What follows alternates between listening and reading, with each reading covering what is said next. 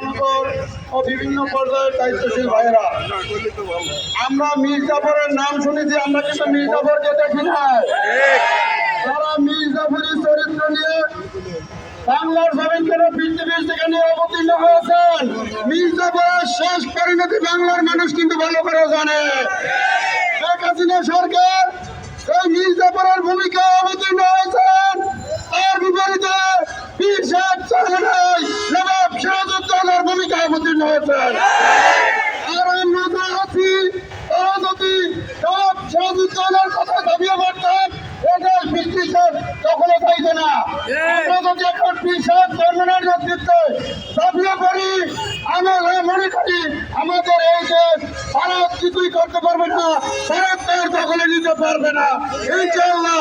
কাজে আমরা সবাই পীর সাহেব চরমনাইয়ের নেতৃত্বে মাঠে ময়দানে দাবিও করবো। এই আশাবাদ ব্যক্ত করে গাজীপুর মহানগর ইসলামী শ্রমিক আন্দোলনের পক্ষ থেকে সংগ্রামী অভিনন্দন। আসসালামু আলাইকুম ওয়া রাহমাতুল্লাহ।